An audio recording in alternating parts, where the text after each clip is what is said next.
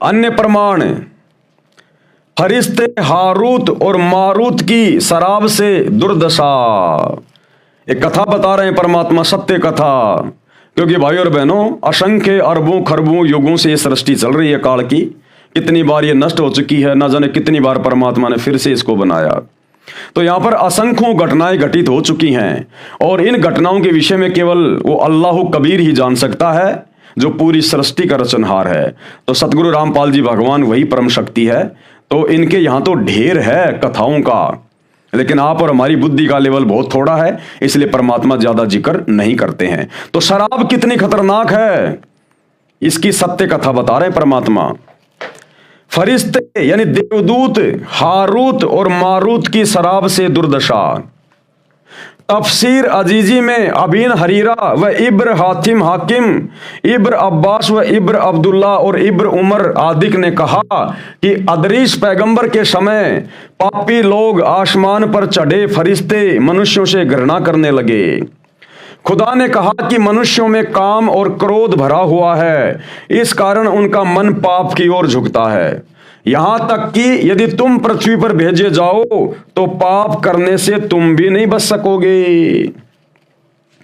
यानी परमात्मा ने, अल्लाह ने एक समय देवदूतों से कहा, जब देवदूतों ने शिकायत करी कि साहब ये जो पृथ्वी के ऊपर जो इंसान है तो बहुत ज्यादा निकम्मे हो गए हैं, तो अल्लाह ने, परमेश्वर ने देवदूतों से कहा कि पृथ्वी पर जो इंसान है वो मान बढ़ाई और अहंकार के कारण उनके अंदर जो है पाप जमा हो रहा है।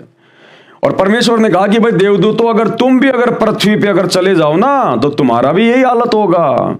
तुम भी ये शराब पिए बिना, मांस खाए बिना नहीं रह सकते। तो देवदूतों ने कहा कि भगवान ऐसा नहीं हो सकता।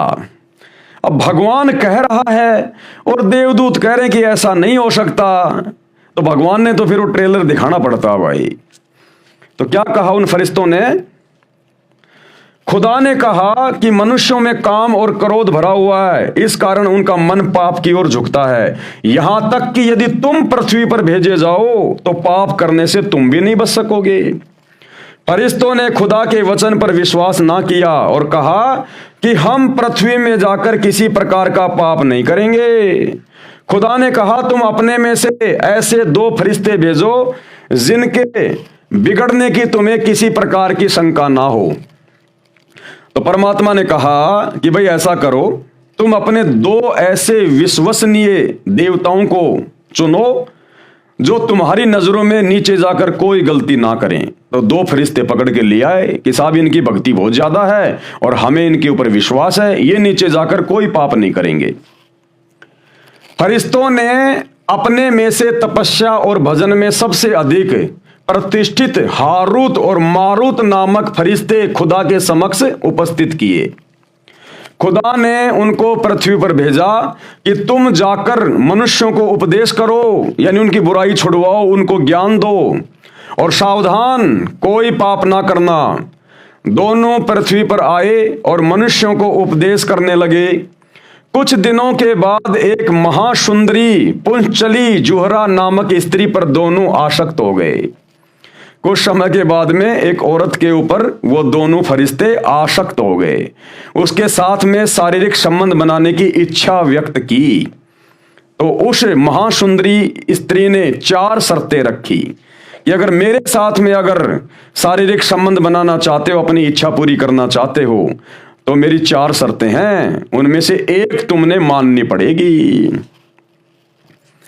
उसने अपने काम वृत्ति को प्रकट किया। उसने कहा कि यदि तुम मुझे चाहते हो तो मेरी 4 बातों में से किसी एक को स्वीकार करो, तब तुम्हारी इच्छा पूरी होगी।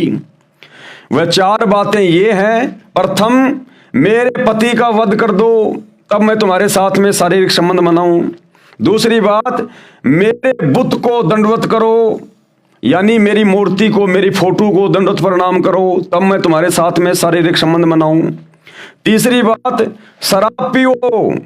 और चौथी, मुझे ईशम ए आजम बताओ, यानी मुझे वो मंत्र बताओ जिससे सारी मनोकामना पूर्ण होती है।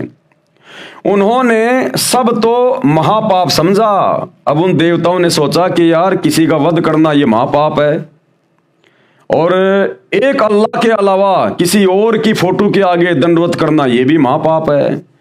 और ये इस्म ए आजम बताना, ये मंत्र बताना भी महापाप है। शराब पीने में क्या जाता है, शराब पी लेते हैं। तो ये सोचकर उन्होंने शराब पी ली। उन्होंने सब तो महापाप समझा, पर लेकिन मद यानी शराब का पीना सुगम यानी आसान समझकर पी लिया।